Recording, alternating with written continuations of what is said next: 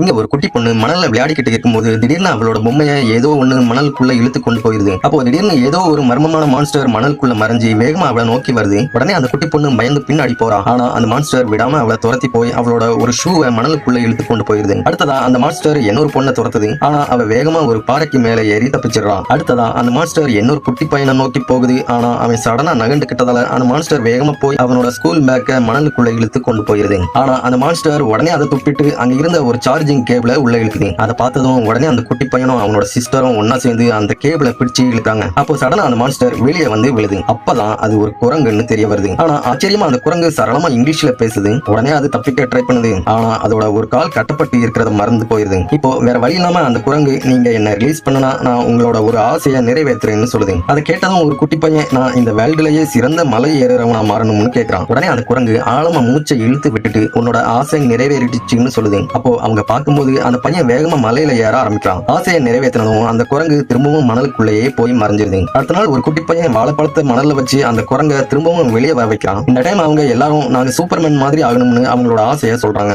சரின்னு குரங்கும் அதை நிறைவேற்றி வைக்குது. உடனே அவங்க எல்லாரும் சூப்பர்மேன் மாதிரி வானத்துல பறக்க ஆரம்பிக்கிறாங்க. அப்போ அந்த குரங்கை பிடிக்கிறதுக்காக வந்த டிரிஸ்டன்ங்கிற ஒருத்தன் தூரத்துல இருந்து அந்த பசங்க வானத்துல பறக்கிறத பாத்துறான். அதை பார்த்ததும் அந்த குரங்கு அந்த பீச்ல தான் எங்கேயோ மறைஞ்சு இருக்குதுன்னு கண்டுபிடிச்சிடறான். அடுத்த நாள் ஒரு ஜேசிபியை கொண்டு வந்து அந்த பீச்ல தோண்டி அந்த குரங்கையும் கண்டுபிடிச்சிடறான். அவன் அதை பிடிச்சு கொண்டு போற டைம்ல சடனா அந்த குட்டி பசங்க அங்க வந்து அந்த குரங்கை காப்பாத்தி ஒரு குகை வழியா தப்பிச்சு போய் அதை அவங்களோட வீட்டுக்கு கூட்டிட்டு வந்துடுறாங்க. அவங்களோட பேரண்ட்ஸுக்கு தெரியக்கூடாதுன்னு அதை ஒரு டேங்க்ல மறைச்சு வைக்கிறாங்க. ஆனா அவங்க வெளியே போயிட்டு திரும்ப வந்து பார்க்கும்போது குரங்கு காணாம போயிருக்கிறத பார்த்து ஷாக் ஆகுறாங்க. அதை கண்டிப்பா டிரிஸ்டன் தான் பிடிச்சு கொண்டு போயிருக்கணும்னு நினைச்சு அவனோட வில்லால அவங்க சீக்கிரட்டா போய் பார்க்கும்போது அந்த குரங்கு அங்கதான் இருக்குது. அப்போ கரெக்டா டிரிஸ்டன் அங்க வந்ததால அந்த பசங்க மாட்டிக்கிறாங்க. இதனால அவன் அவங்களை பிடிச்சு வச்சு மிரட்டி அந்த குரங்கு கிட்ட நான் இந்த வேர்ல்டுலயே பெரிய பணக்காரனா மாறணும்னு அவனோட ஆசையை நிறைவேற்ற சொல்றான். பசங்களை காப்பாத்த வேற வழி இல்லாம அந்த குரங்கு அவனோட ஆசையை நிறைவேற்றி வைக்குது. அப்போ நிறைய கோல்டு காயின்ஸ் படிக்கட்டு வழியா அவன் முன்னாடி வந்து விழுது. அதை பார்த்து அவன் பயங்கரமா சந்தோஷப்பட்டு இருந்த டைம்ல சடனா அவங்க அந்த குரங்கை தூக்கிட்டு அங்க இருந்து எஸ்கேப் ஆயிடுறாங்க. ஆனா அந்த குரங்கு நிறைவேற்ற ஆசை ஒரு நாள் மட்டும்தான் நீடிக்கும்னு அவனுக்கு தெரிஞ்சிருக்காது. அடுத்த நாளே அந்த கோல்டு எல்லாம் காணாம போனது மட்டும் இல்லாம